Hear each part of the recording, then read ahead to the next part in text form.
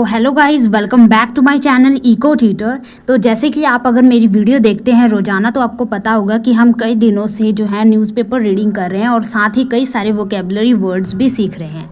लेकिन किसी भी लैंग्वेज को सीखने के लिए हमें उसके लिए 4 चीज़ों का होना बहुत ज़रूरी है। एक तो हमें उसकी लैंग्वेज रीड करनी आनी चाहिए, उसको लिसन यानी कि उसको अंडरस्टैंड कर सके, हम उसे स्पीक कर सके, बोल सके और उसे राइट कर सके। तो जो भी रीडिंग का है और जो लिसनिंग अंडरस्टैंडिंग का है रोज़ाना करते हैं न्यूज़पेपर में कि उसको हम समझते हैं, उसे रीड करते हैं। लेकिन 2 चीज़ें बच जाती हैं, स्पीकिंग और राइटिंग। इसलिए मैंने सोचा है कि वीक में एक वीडियो ऐसी होगी जिसमें हम स्पीकिंग और राइटिंग जो है सीखेंगे। तो मैं छोटी छोटी कहानी लेकर आया करूँगी, उसको कैसे हम इंग्लिश में लिखेंगे वो स्ट्रक्चर आपको मैं बताया करूँगी। तो ये हफ्ते में एक वीडियो होगी, रोज़ाना वीडियो इनको देखना और कम से कम आप 5-6 वीडियो ये देखो। अगर इम्प्रूवमेंट लगे तो अब हम इसे कंटिन्यू करेंगे, नहीं तो हम इसे आगे नहीं कंटिन्यू करेंगे। तो देखते हैं आज हमारी जो स्टोरी है, एक छोटी सी स्टोरी है। तो पहला शीर्षक क्या है इसका? शीर्षक मीन्स टॉपिक क्या है इसका? उम्मीद की किरण। उम्मीद की किरण को हम इंग्लिश में कैसे लगेंगे? उम्मीद क्या होता है? उम्मीद का मतलब होता है होप, जो अपनी उम्मीद होती है, होप होती है। और किरण का मतलब तो पता ही है, रे, RAY, रे, तो रे ऑफ होप। तो यहाँ पे हम ग्रामर रूल्स भी सीखेंगे और कैसे कैसे स्ट्रक्चर मेक करते हैं वो भी सीखेंगे। तो पहले थोड़ी थोड़ी लाइन उठाएंगे, उसको लिखते चलेंगे। गांव के बाहर, तो गांव के बाहर यानी कि आउटसाइड। आउटसाइड कब यूज़ करते हैं? जब कोई चीज़ बाहर है तो आउटसाइड, अगर अंदर है तो उसके लिए हम इनसाइड यूज़ करते हैं। तो आउटसाइड द विलेज, एक छोटी सी झोपड़ी में, तो एक छोटी सी यानी कि एक स्मॉल हट में, इन अ स्मॉल हट, रामू अपनी बूढ़ी माँ के साथ रहता था। तो गाइज आपको ये सेंटेंस मेक करने तभी और ज़्यादा इजी हो सकते हैं आपके लिए जब आपको टेंस आता हो, क्योंकि टेंस हमें बहुत ही हेल्प करते हैं किसी भी इंग्लिश में किसी भी सेंटेंस को लिखने में। बेसिक सेंटेंस जो है हम टेंस की वजह से ही लिख पाते हैं। तो यहाँ पे देखो, रामू अपनी बूढ़ी माँ के साथ रहता था, तो यहाँ पे था, रहता था, रहती थी, रहते थे। तो ये यहाँ से हमें पता चलता है कि ये क्या है? पास्ट का सिंपल टेंस है। तो पास्ट का सिंपल टेंस है, उसका रूल क्या होता है? Subject plus V2 plus object. तो यहाँ पे सब्जेक्ट क्या बनेगा? रामू अपनी बूढ़ी माँ के साथ, बूढ़ी माँ यानी कि ओल्ड मदर।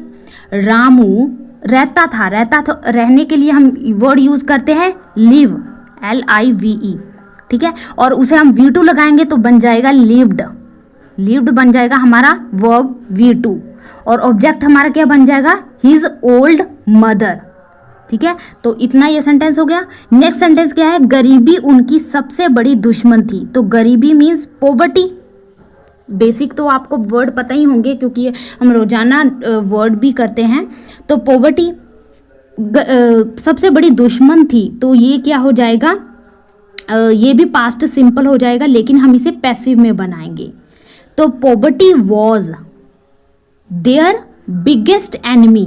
तो बिगेस्ट क्यों लगाया गया? क्योंकि बड़ी दुश्मन की बात की जा रही है। सबसे बड़ी दुश्मन कौन थी? उनकी गरीबी थी। तो poverty was their biggest enemy. एक दिन, वन डे, माँ बहुत बीमार पड़ गई। तो माँ मीन्स द मदर। तो यहाँ पे दी मदर क्यों यूज़ करेंगे? आप सोच रहे होंगे कि यहाँ पे हम सीधा मदर यूज़ कर देते क्योंकि उसकी माँ, तो मदर। तो देखो माँ का जिक्र जो है पहले ही इन्होंने पहले कर दिया है कि वो अपनी बूढ़ी माँ के साथ रहता था। तो उसी बूढ़ी माँ की बात की जा रही है, तो इसलिए हमने दा लगाया। जब हम एक पर्सन को पहले इंट्रोड्यूस कर देते हैं लेकिन दोबारा जब हम उसे यूज़ करते हैं तो उसके साथ हम दा यूज़ करते हैं। तो दी मदर बीमार पड़ गई, तो ये भी V2 क्या बनेगा हमारा? फेल। फॉल होता है गिरना, और उसका V2 क्या बन जाएगा? फेल। वेरी इल, बहुत बीमार पड़ गई यानी वेरी इल, इल का मतलब बीमार। लास्ट में आपको पूरा सेंटेंस कैसे लिखते हैं वो आप पहले ये समझ लेते हैं कि क्या क्या इसमें स्ट्रक्चर कैसे कैसे बन रहे हैं, फिर एक साथ इनको लिख दूंगी मैं। नेक्स्ट क्या बनेगा सेंटेंस? रामू के पास इलाज के लिए पैसे नहीं थे। ये भी पास्ट में बनेगा, लेकिन ये क्या बनेगा? नेगेटिव सेंटेंस है। कैसे पता चला? क्योंकि इसमें नहीं लिखा हुआ है, ठीक है। तो रामू के पास, तो रामू पास्ट में क्या लगता है? जब हमारा स्ट्रक्चर क्या बनता है पास्ट का? सब्जेक्ट प्लस डिड नॉट लग जाएगा प्लस V1 और प्लस ऑब्जेक्ट। आप सोचोगे अब V1 क्यों लगेगा, क्योंकि पास्ट की बात की जा रही है तो हम V2 लगाना चाहिए ना। तो देखो जो V2 का काम है वो ये डिड कर रहा है, डिड हम लगा रहे हैं तो इसलिए उसके बाद हम जो वर्ब यूज़ करेंगे वो V1 यूज़ करेंगे। तो रामू के पास, रामू इलाज के पैसे नहीं थे, तो रामू डिड नॉट हैव, होने के लिए हम वर्ड यूज़ करते हैं हैव मनी फॉर ट्रीटमेंट। किसके लिए पैसे नहीं थे, इलाज के लिए पैसे नहीं थे, फॉर ट्रीटमेंट। तो देखो यहाँ पे मैंने सेंटेंस लिख दिया, outside the village in a small hut Ramu lived his old mother, poverty was their biggest enemy. One day the mother fell very ill. Ramu didn't have money for treatment. ठीक है, next पे एक slide कर लिया तो आपको क्या महसूस हो रहा है कि ये तो वही सब वर्ड हैं जिनको मैं अरेंज कर सकता था, लेकिन नहीं पता चल रहा था कि कैसे अरेंज करूं। तो इतना ध्यान रखना, कभी भी अगर इंग्लिश में सेंटेंस बनाते हैं तो उसका स्ट्रक्चर क्या होता है, उसका स्ट्रक्चर होता है कि सबसे पहले सब्जेक्ट आता है, फिर वर्ब आता है, प्लस ऑब्जेक्ट आता है। ठीक है, और हिंदी में क्या होता है, हिंदी में हम सबसे पहले सब्जेक्ट लिखते हैं, उसके बाद ऑब्जेक्ट, लास्ट में हम क्रिया लिखते हैं। हिंदी का स्ट्रक्चर ये होता है, लेकिन इंग्लिश में उल्ट होता है क्योंकि लैंग्वेज डिफरेंट होती है दूसरी लैंग्वेज से। इसलिए कई बार देखा होगा कि इंग्लिश में जैसे हम सेंटेंस बोलते हैं वैसे हिंदी में नहीं लिखा जाता, और जैसे हिंदी में लिखा जाता है वैसे इंग्लिश में नहीं लिखा जाता। ठीक है, आई होप मेरी बात समझ रहे हो आप। तो अगर आप चाहते हो कि आप भी ऐसे मेक कर सको सेंटेंस, तो आप कॉपी पेन लेकर बैठो और जैसे जैसे बता रही हूँ उसको, जो भी नई नई चीज़ें सीखने को मिल रही हैं वो उसको नोट डाउन कर लो ताकि आपके लिए ये हेल्पफुल होंगे। नेक्स्ट क्या है, वह निराश होकर मंदिर गया। निराश होकर यानी कि डिसअपॉइंटेड हो गए। ठीक है, तो डिसअपॉइंटेड हो गए यानी कि DESPERATE, डेस्परेट। डेस्परेट का मतलब होता है निराश हो जाना। डेस्परेट ही वेंट टू, तो वेंट देखो कैसे पता चला, ये पास्ट सिंपल है क्योंकि गया ए का साउंड आता है तो वो पास्ट सिंपल होता है। तो ही वेंट, कहाँ गया, मंदिर, to temple, to the temple, और भगवान से प्रार्थना करने लगा। एंड भगवान से यानी कि गॉड से, प्रार्थना का मतलब होता है प्रे करना, करने लगा तो प्रेइंग लग जाएगा, ING फॉर्म लग जाएगा, स्टार्टर प्रेइंग टू गॉड। मंदिर के बाहर, तो वही जैसे कि गांव के बाहर आउटसाइड द विलेज, वैसे ही आउटसाइड द टेम्पल एक बूढ़ा आदमी बैठा था। बूढ़ा आदमी के लिए एन ओल्ड मैन, तो एन क्यों लगा, क्योंकि यहाँ पे वोबल वर्ड की जो है साउंड आ रहा है, इसलिए हमने एन लगाया, सॉरी ऑन लिख दिया, ओल्ड, ऑन का मतलब होता है अपना। तो एन ओल्ड मैन बैठा था, तो सिटिंग, वॉज सिटिंग। उसने रामू की उदासी देखी। ही सॉ, देखना के लिए वर्ड होता है सी, लेकिन उसका V2 क्या बनेगा, सॉ। ही सॉ राम की उदासी, तो उस राम की उदासी के लिए हम यूज कर सकते हैं रामूज सैडनेस, या he saw the sadness of Ramu, the sadness of Ramu. तो आप इसको दोनों तरीके से आप लिख सकते हो। अगर आप अपॉस्ट्रोफी लगा के लिख रहे हो तो आप ऐसे लिखोगे, अगर बिना फॉल्स्ट्रोफी के लगा रहे हो तो आप ऑफ लगा कर लिखोगे। तो उसने रामू की उदासी देखी और पूछा, एंड आस्क्ड, पूछने के लिए हम वर्ड यूज करते हैं आस्क्ड, क्या हुआ बेटा, क्या हुआ, व्हाट हैपेंड, हुआ, पास्ट की बात की जा रही है तो V2 लगाएंगे, व्हाट हैपेंड, सन, बेटा मीन सन। तो यहाँ पे लिख देती हूँ। तो देखो यहाँ पे मैंने एक सेंटेंस लिखा है, पहले हम जो सेंटेंस लिखा है उसको पढ़ लेते हैं, बाद में आपको एक बताऊंगी चीज। Desperate, he went to the temple and started praying to God. Outside the temple, an old man was sitting. He saw Ramu's sadness and asked, "What happened, son?" तो देखो यहाँ पे ये जो सेंटेंस है पहला, Desperate, he went to the temple। अगर आपको ये सेंटेंस थोड़ा लग रहा हो कि ये मेरे से नहीं बन पा रहा, तो ये तो मतलब मैं कुछ बनाता तो अलग तरीके से बनाता, लेकिन इन्होंने तो अलग तरीके से बनाया। तो अगर देखो वह निराश होकर मंदिर गया, तो he went to the temple, निराश होकर यानी कि डिसअपॉइंटेड होकर, तो आप ऐसे भी बना सकते हो। अगर आपने ऐसे बनाया तो भी ठीक है। He went to the temple disappointed and started praying to God. ठीक है, नेक्स्ट देखते हैं। तो गाइज यहाँ तक किया, आपको मज़ा आ रहा है ना? अगर मज़ा आ रहा है तो लाइक कर लेना। नेक्स्ट चलते हैं, रामू ने अपनी परेशानी बताई। तो रामू ने बताई, बताने को कहते हैं टेल। तो यहाँ पे उसने एक्सप्लेन की, यानी कि अपनी पूरी कहानी को उसने एक्सप्लेन किया, बताया। तो ही रामू एक्सप्लेन्ड, अपनी परेशानी बताई, परेशानी को हम कहते हैं ट्रबल्स। तो ही टोल्ड हिज ट्रबल्स। बूढ़े आदमी ने मुस्करा कर कहा, the old man smiled and said, हिम्मत मत हारो। तो इसको कैसे लिखिए, तो जो रोजाना वर्ड यूज करते हैं हम उससे ही बन जाएगा, don't lose heart. Lose means खोना, अपना हार्ट मतलब अपनी जो हिम्मत है उसको मत खोना। देखो यह छोटा सा पत्थर है, देखने को कहेंगे लुक, दिखा रहे हैं सिर्फ उसको तो लुक कहेंगे। अगर कोई चीज़ जैसे कि आप कंटिन्यू देख रहे हो, पलक झपके आप देखते ही जा रहे हो, देखते जैसे कि आप टीवी देख रहे हो, तो उसके लिए हम वर्ड यूज़ करेंगे वॉच। लेकिन आप सिर्फ दिखा रहे हो तो उसके लिए क्या वर्ड होगा यहाँ पे, लुक। यह छोटा सा पत्थर है, हियर, यहाँ पे क्या है, here is the small stone. Stone को कहते हैं पत्थर। इसे अपने पास रखो। इसे यानी कि इट, स्टोन के लिए हम यहाँ पे इट यूज कर लेंगे क्योंकि ये क्या है, एक बेजान वस्तु है, उसके लिए हम इट यूज कर लेंगे। कीप इट विद यू यानी कि अपने साथ। जैसे कि आप कहते हो ना कि ये लो मेरा डॉग, इसे एक दिन के लिए अपने साथ रख लो। तो take this my dog and keep it for one day. इसे एक दिन के लिए अपने साथ रख लो। इसे अपने पास रखो, तो कीप इट विद यू। जब भी तुम्हें लगे कि सब कुछ खत्म हो गया है, इसे देखना। तो वो एडवाइस दे रहा है ओल्ड मैन। तो जब भी के लिए हमने क्या वर्ड यूज कर सकते हैं यहाँ पे, वेन एवर एक कंजक्शन है जो दो सेंटेंस को जोड़ता है। तो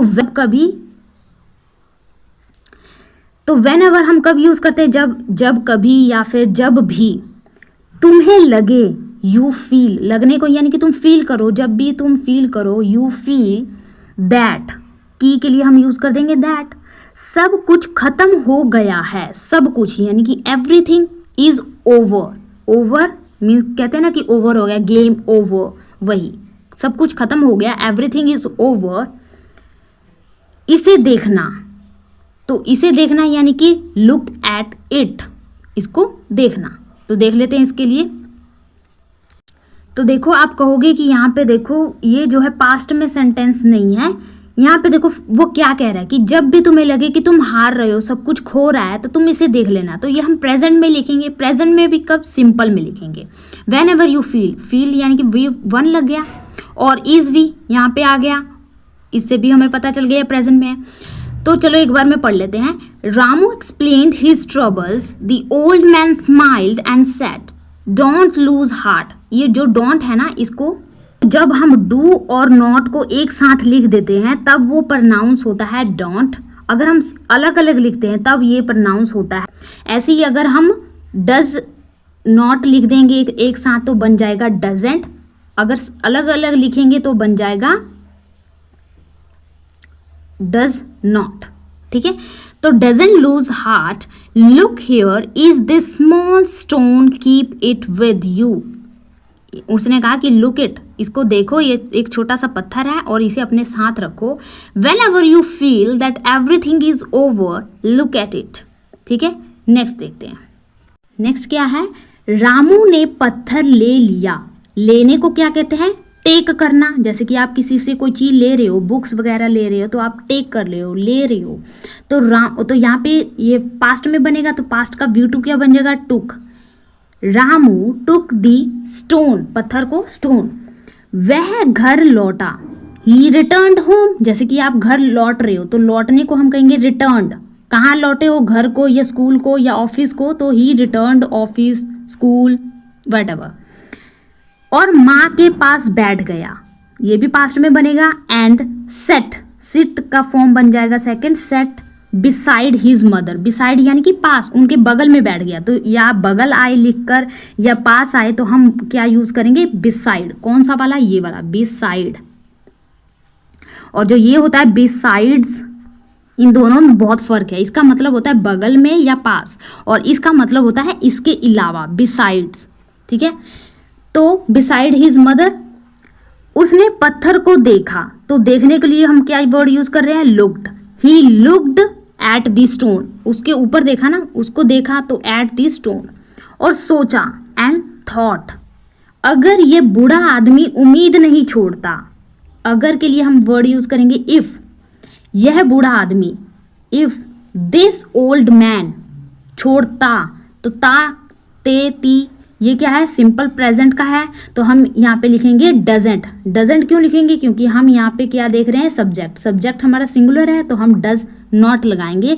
तो डजेंट गिव अप होप, उम्मीद नहीं छोड़ रहा है, होप नहीं छोड़ रहा है, तो मैं क्यों हार मानूं, वाई, क्यों, क्यों यहाँ पे लगाएंगे पहले वाई, हार मानूं, वाई शुड आई, यानी कि अगर वो नहीं कर रहा है तो मैं क्यों मानूं, ठीक है, तो वाई शुड आई, यहाँ पे वो खुद से क्वेश्चन पुट कर रहा है कि मैं क्यों हार मानूं। तो देखो, Ramu took the stone, he returned home and set beside his mother, he looked at the stone and thought, if this old man doesn't look give up hope, why should I. Next चलते हैं। गांव के doctor के पास जाकर उधार मांगने का फैसला किया। तो जैसे ही मैंने बताया कि इंग्लिश में हमारा जो वर्ब है वो बीच में आता है, तो यहाँ पे सब्जेक्ट बन जाएगा ही, और फैसला किया क्रिया है तो ये बन जाएगा डिसाइड, तो सेकंड फॉर्म लगेगा डिसाइडेड। ही डिसाइडेड क्या किया, जाने का, टू गो, कहाँ पे, to the village doctor, and ask, गया और जाकर उधार मांगने का फैसला किया, तो यानी कि गया और आस्क पूछा, for a loan, loan means उधार मांगने के लिए, बोरो मनी ऐसे भी लिख सकते हो, तो उसने लोन मांगा। डॉक्टर ने रामू की ईमानदारी देखकर मदद की, तो डॉक्टर की पहले बात की जा चुकी है, तो हम लिखेंगे द डॉक्टर रामू की ईमानदारी को देखकर, जब हम देखकर बात करते हैं तो हम यहाँ पे लगाएंगे सीइंग, ठीक है, जीरन यूज करेंगे, सीइंग रामू सिंसियरिटी। तो आप यहाँ पे देखोगे ईमानदारी, ईमानदारी के लिए कई सारे वर्ड हैं, आप कोई भी वर्ड यूज कर सकते हो, जैसे कि आप सिंसियरिटी वर्ड यूज कर सकते हो, ऑनेस्टी, जेन्युइननेस या integrity, whatever you want to use then you can use.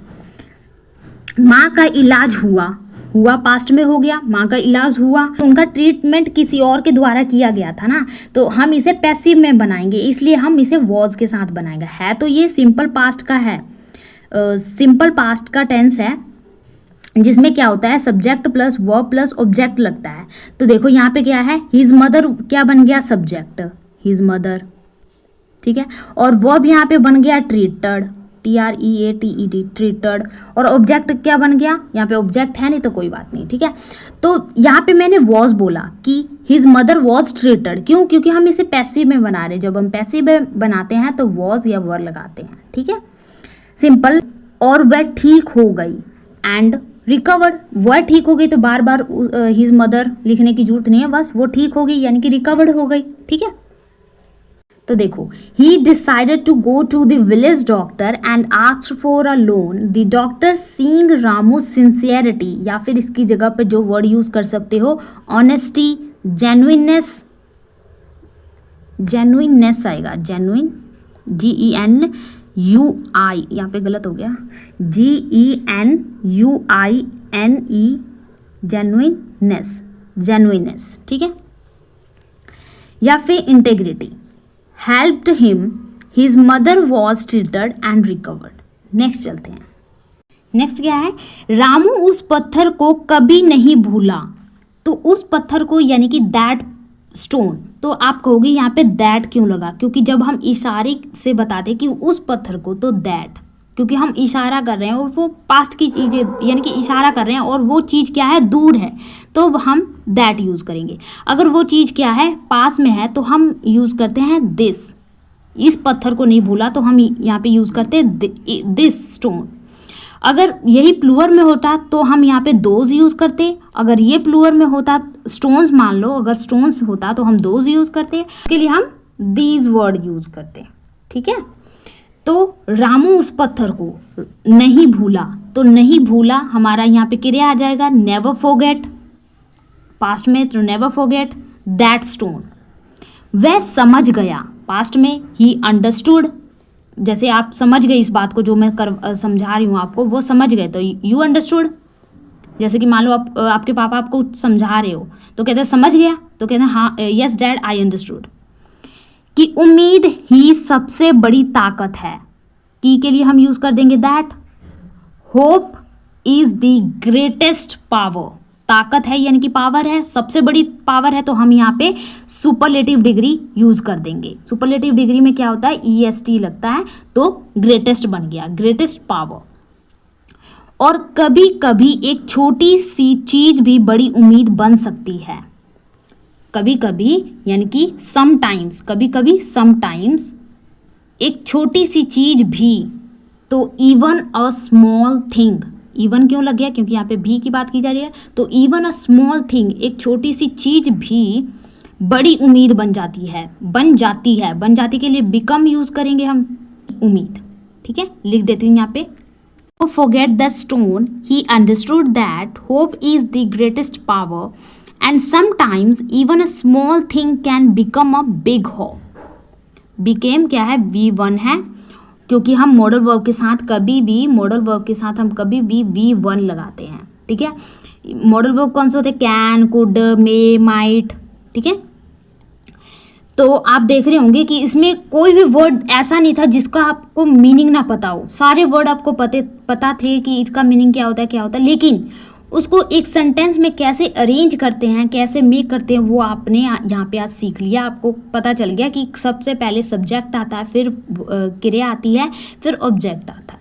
ठीक है, तो यहाँ पे हम छोटे छोटे सेंटेंस को उठाकर ऐसे मेक करेंगे। देखना 5-6 वीडियो से आपको अपने में इम्प्रूवमेंट नज़र ज़रूर आएगी। ठीक है, तो गाइस ये थी एक छोटी सी स्टोरी, मॉरल स्टोरी थी। सच में एक छोटी सी चीज़ भी आपके लिए एक बहुत बड़ी उम्मीद की किरण बन सकती है, तो इसलिए कहा गया है रे ऑफ होप, उम्मीद की किरण। तो आई होप गाइस आपको ये बहुत ही मज़ा आया होगा सेंटेंस में, आपको कुछ नया सीखने को मिला होगा, आपको वो चीज़ मिली होगी जो आप चाहते थे कि हाँ ऐसा चीज़ मिले जिससे हम सीख सके कि किसी सेंटेंस को हम कैसे लिख सकते हैं। आपको कुछ गाइडेंस वगैरह मिली होगी। तो गाइज़ आज के लिए हम इतने ही रखते हैं। Thank you for watching. अगर ये वीडियो आपके लिए हेल्पफुल है और आप मेरे लिए कुछ करना चाहते हो तो प्लीज़ ये वीडियो को शेयर कर देना, लाइक कर लेना और सब्सक्राइब कर लेना। ऐसे ही आपको रोज़ाना कुछ ना कुछ नए हटकर कुछ सीखने को ज़रूर मिलेगा। तो गाइज़ कल होली है, तो होली के लिए मैं एडवांस में आपको बेस्ट विशेस देती हूँ कि आपकी ये होली आपके जीवन में नई खुशियाँ, नई उमंग, नए रंग लेकर आए। Thank you for watching.